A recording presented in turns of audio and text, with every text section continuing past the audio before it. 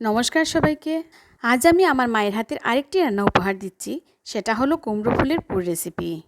ফুলগুলো ভালোভাবে বেছে নেওয়া হয়েছে এবং এর পুর তৈরি করার জন্য নেওয়া হয়েছে কিছু কালো সর্ষে বাটা, তিল বাটা, হলুদ ও মরিচের গুঁড়ো। এবার কড়াই সামান্য তেল দিয়ে তাতে সব মশলাগুলো দিয়ে দেওয়া হবে। নিরামিষ রান্নাতে পুরের জুড়ি নেই, শুধুমাত্র পুর দিয়েই অনেকখানি ভাত খেয়ে ফেলা যায়। যারা 12 মাসে নিরামিষ খান তাদের মাথায় সবসময় একই চিন্তা থাকে কিভাবে নিত্য নতুন রেসিপি তৈরি করা যায়। মশলাগুলো ভালোভাবে কষানো হচ্ছে। এবার তাতে দিয়ে দেওয়া হয়েছে কিছু পরিমাণ মতো লবণ দেওয়ার পর আবারও ভালোভাবে মশলাগুলো নেড়েচেড়ে দেওয়া হচ্ছে। এখন সবগুলো ফুলের ভেতর পুরগুলো ভরে দেওয়া হবে। সবগুলো ফুলে পুর ভরা কমপ্লিট হয়ে গেলে তারপর আগে থেকে তৈরি করে রাখা চালের গুঁড়োর ব্যাটার সেগুলো চোবানো হবে। অনেকেই ভাবেন আমি পাশাপাশি দুইটি রেসিপি দিয়ে দিলাম কুমড়ো ফুলের, কিন্তু কি আর করা বলুন। কুমড়ো ফুল এতই নরম যে ঘরে বেশি দিন রাখা যায় না। দুটো রেসিপি আমার তাড়াতাড়ি দিতে হলো। তাছাড়া ভালো খাবারগুলো একা খেতে ইচ্ছে করে না, তাই আপনাদের সাথে সেটা শেয়ার করলাম। এদিকে ফুলের মধ্যে পুর ভরা মোটামুটি শেষের দিকে।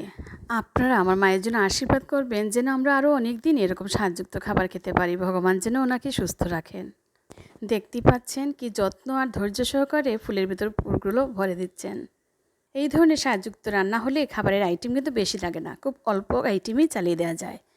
এই যে গরম তেলে ফুলগুলো দেওয়া হয়েছে, কি সুন্দর ভাজা হচ্ছে। এই ধরনের ফুলগুলো যেহেতু খুব নরম থাকে তাই সেগুলোকে বেশি সেদ্ধ হওয়ার জন্য ভাজতে হয় না, একটু লাল লাল হলে মুচমুচে হলেই নামিয়ে ফেলা যায়। তৈরি হয়ে গেল কুমড়ো ফুলের পুরভরা রেসিপিটা। রান্নাটা কেমন লাগলো কষ্ট করে জানাবেন। যদি ভালো লাগে রান্না করবেন আর সবাইকে খাওয়াবেন। ধন্যবাদ।